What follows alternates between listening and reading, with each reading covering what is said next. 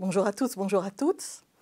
Cette petite vidéo est faite pour attirer votre attention sur des échanges dans des pays où parfois on n'a pas l'habitude de faire des échanges. Mon nom est Judith Misraï-Barak, je suis chargée de mission pour le sous-continent indien à la direction des relations internationales et de la francophonie à l'Université Paul Valéry. Et je suis aussi pilote de la convention d'échange avec l'Université de Cape Town en Afrique du Sud. Donc, l'Université Paul Valéry peut effectivement s'enorgueillir du fait d'avoir ces échanges, qui sont des échanges rares, qui couvrent à la fois des échanges enseignants-chercheurs, des événements en recherche, mais aussi, bien sûr, des échanges étudiants, que ce soit des échanges au semestre ou des échanges à l'année. Mais évidemment, ce sont des échanges qui sont si particuliers dans la façon dont il faut les appréhender, dans la façon dont il faut les préparer, qu'il vaut mieux partir un an que simplement un semestre.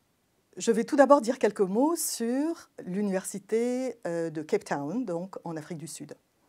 C'est un échange qui a déjà été renouvelé une fois, donc il y a déjà plus de 5 ans, où nous avons envoyé plusieurs étudiants, parfois 2 à l'année, qui sont souvent venus des masters, du master NPI par exemple, mais aussi d'autres masters, que ce soit des masters des anglicistes ou des masters en histoire, en géographie. Donc ça peut être toute discipline. Si vous cherchez un petit peu des informations sur UCT, donc University of Cape Town, vous verrez que c'est l'une des meilleures universités en Afrique. C'est vraiment top of the list. Donc c'est une excellente université dans toutes sortes de matières, toutes sortes de disciplines, et avec une histoire évidemment très particulière, qui est l'histoire de l'Afrique du Sud, qui est l'histoire de l'apartheid, qui est l'histoire de la résistance contre l'apartheid, donc avec de grandes différences dans le rapport à cette histoire. Si vous comparez par exemple une université comme Stellenbosch, traditionnellement blanche et beaucoup plus connectée à l'apartheid, que l'université UCT, qui est beaucoup plus connectée par rapport au combat contre l'apartheid. Il y a ce contexte qui est un contexte politique, social, linguistique, émotionnel aussi, psychologique, académique, qui est vraiment particulier. Et l'Afrique du Sud, et particulièrement le Cap, a aussi cet intérêt d'être une terre de mélange culturel et linguistique, avec des dizaines de langues qui sont parlées, et chaque langue, évidemment, apporte sa culture et son histoire. Bon, les échanges avec UCT sont ouverts à partir de la L3. Il vaut mieux, malgré tout, prévoir d'y aller en Master 1 ou Master 2, ou évidemment en doctorat, si vous arrivez à caler un certain nombre de mois lors de votre doctorat. Il faut penser que vous avez des semestres inversés, puisque vous êtes dans l'hémisphère sud. Donc vous allez partir en juillet. Ce sera votre premier semestre, mais ce sera leur deuxième semestre, peu importe. Vos validations se feront selon les semestres et selon les cours que vous allez faire. Ensuite, les cours vont jusqu'au mois de novembre à peu près, mi-novembre, et puis vous avez les vacances d'été là-bas, qui sont Noël pour nous, mais pour eux c'est les vacances d'été, qui durent à peu près jusqu'à fin janvier, et donc vous reprenez les cours début février. Donc il faut anticiper véritablement le fait de partir, non pas en août ni en septembre, comme pour les autres programmes anglophones ou comme pour Erasmus par exemple, mais de pouvoir partir dès la mi-janvier, de façon à participer aux réunions d'accueil. Et donc vous avez en fait plusieurs jours de réunions d'accueil qui sont prévus, qu'il ne faut absolument pas manquer, parce qu'on vous briefe, en quelque sorte, sur un certain nombre de situations, un certain nombre de consignes concernant la sécurité. Ce ne sont pas des pays, et ça je le dis aussi tant pour l'Afrique du Sud que pour l'Inde, ce ne sont pas des pays où on part comme en Europe, comme en Australie, comme au Canada ou aux États-Unis. Il faut véritablement une prise de conscience d'une situation politique particulière et qu'il s'agit d'une histoire qui va véritablement changer votre histoire aussi. Donc ce sont des échanges et des mobilités qui vont modifier finalement votre perspective sur le monde de façon souvent très marquée. Donc il faut être prêt à ça, il faut être prêt à ce chamboulement et c'est un chamboulement. Quelques mots au sujet de l'Inde. Vous allez voir en premier, avant que je vous dise quoi que ce soit sur les échanges particuliers que nous avons avec 3 ou 4 universités indiennes, vous allez voir une petite vidéo. Juste quelques mots à propos de cette vidéo. Cette vidéo a été faite sur le campus de English and Foreign Languages University à Hyderabad. Elle a été faite par l'une de nos étudiantes qui est là-bas cette année, donc qui est partie en juillet, qui reste là-bas jusqu'au mois de mai. Donc elle a toute une année pour pouvoir complètement s'imprégner du mode de vie indien, de l'histoire indienne, de cet état particulier aussi, de la ville de Hyderabad.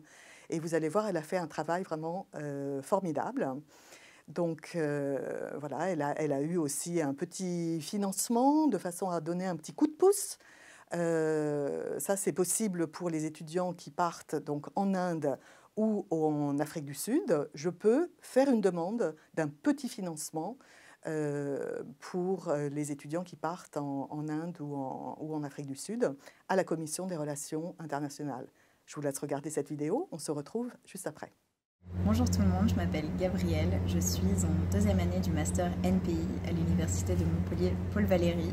Je me trouve actuellement en Inde pour un programme d'échange de 2 semestres au English and Foreign Languages University à Hyderabad. Alors dans cette vidéo, je vais vous faire une petite visite du campus, de ma chambre. Je vais également insérer quelques petits clips afin de vous donner une idée de ce qui vous attend si vous décidez de franchir le pas et de devenir étudiante en programme d'échange ici en Inde. C'est parti!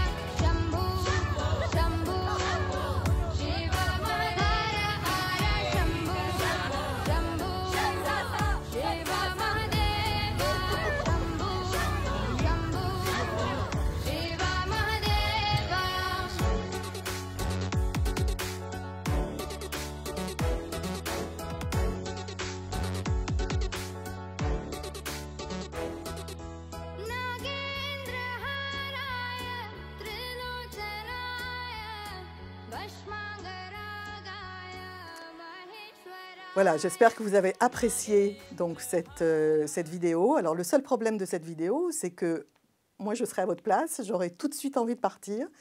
On n'a quand même que 2 places, donc ne vous précipitez pas tous à English and Foreign Languages University. Donc c'est l'un des campus sur lequel vous pouvez partir. C'est un campus qui est véritablement spécialisé dans les langues, l'apprentissage des langues, la didactique, la traduction. Et aussi les études culturelles, hein, Cultural Studies.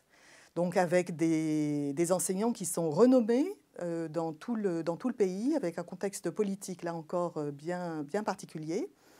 Le grand avantage de IFLU, c'est que c'est à l'intérieur donc de la ville, hein, c'est vraiment dans l'un des quartiers centraux. Il n'y a pas de métro à Hyderabad, mais vous avez vraiment ce campus qui est de 3 ou 4 000 étudiants, donc c'est un petit campus sur lequel vous vous retrouvez très rapidement à la maison. Donc vous êtes aussi très entouré par l'équipe enseignante. Il y a un département de français qui est assez actif, et donc les étudiants sont toujours très partants pour avoir des échanges et communiquer avec les étudiants qui viennent de France, et souvent vous êtes la seule présence française sur le campus. Pour les autres universités, donc juste là encore quelques mots à propos de Delhi. Si vous avez des problèmes de respiration, si vous êtes asthmatique, si vous êtes agoraphobe, voilà, peut-être que Delhi n'est pas le bon choix pour vous. C'est une ville qui est extrêmement polluée, c'est l'une des villes les plus polluées au monde.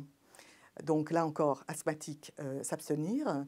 Par contre, c'est un grand campus avec toutes les disciplines à votre disposition. Il y a aussi un métro, donc ça c'est très appréciable, même si là encore il faut être très vigilant. Mais bon, la vigilance, vous devez l'avoir partout, hein, dans le monde dans lequel on vit. Il faut être vigilant, que ce soit en Afrique du Sud, à Montpellier aussi, aux États-Unis, en Inde. Voilà. Maintenant, l'Inde a des problématiques qui sont des problématiques particulières à la société indienne. L'Inde, comme de nombreux autres pays, est un pays violent, mais ce n'est pas forcément une violence physique qui va être accessible à votre vision directe. C'est une violence sociale et politique qui est vraiment intégrée dans la société indienne. C'est une violence de caste, même si les hautes castes vont peut-être parfois vous dire « mais non, les castes, ça n'existe plus, c'est quelque chose du passé ». Non, c'est encore très marqué dans le présent, et c'est aussi cela qui est, voilà, qui est très intéressant, qui est même fascinant, particulièrement pour ce qui concerne le combat justement anti-caste et le combat contre le casteism, hein, dont on parle beaucoup. Donc Delhi a l'avantage du métro, Delhi a l'avantage d'être une capitale, hein, capitale indienne, l'une des plus grosses villes du monde. Maintenant, vous avez d'autres échanges aussi. Donc l'échange qui se passe à Pune. Donc Pune, c'est donc Savitribai Phule Pune University. Peut-être le premier mérite de cette université, c'est d'avoir donné le nom à l'université, d'avoir pris en fait le nom de l'épouse de l'un des réformateurs sociaux et politiques du XIXe siècle, donc les plus intéressants, qui s'appelait Phule. Et sa femme, Savitribai, donc faisait aussi partie du combat social et politique pour le droit des femmes. Voilà. Donc c'est quand même relativement intéressant que l'université ait repris son nom à elle et non pas son nom à lui. Pune est quelque part la ville intellectuelle du Maharashtra. Donc le Maharashtra, cet état dans lequel se trouve Mumbai, Maharashtra, c'est 120 millions d'habitants. Vous comparez avec les 70 millions en France. Donc un seul état, voilà, UP, hein, l'état au nord de Delhi, Uttar Pradesh, c'est plus de 200 millions d'habitants. D'accord ? Donc on change d'échelle, hein, vous changez d'échelle. Pour Pune, si vous allez en échange à Pune, il y a 2 campus. Il y a le grand campus où vous avez toutes les disciplines que vous pouvez voilà, trouver, qui est un peu éloigné du centre-ville, mais qui est quand même dans la ville. Et vous avez le petit département, donc le département de journalisme et le département des langues, qui est beaucoup plus dans le centre-ville, Ferguson Road, hein, donc c'est un quartier très très agréable, très, très vivant. Donc ça dépend voilà, là où vous serez, dépend finalement du département auquel vous serez rattaché. Donc c'est un peu la ville intellectuelle du Maharashtra. Hein. Donc Pune, il y a beaucoup de choses qui se passent en théâtre, en culture, en musique. C'est une ville aussi relativement verte. Hein. Donc c'est une ville très agréable.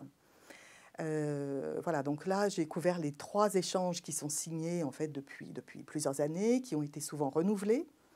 Et nous avons un 4e échange en fait qui se profile, qui n'est pas encore tout à fait signé, mais il y a seulement la dernière signature qui manque. Donc c'est l'échange avec Pondichéry.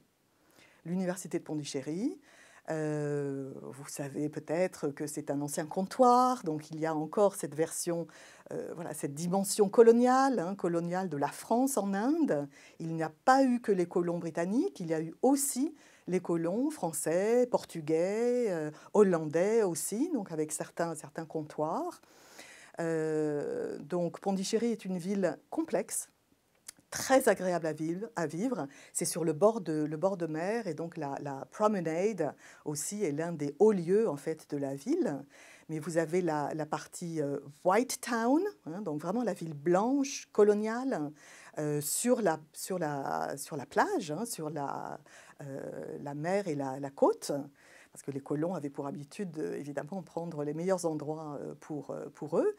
Et puis, juste après, vous avez Heritage Town, hein, ou Black Town. Et ensuite, vous avez le reste de la ville qui est aussi assez important.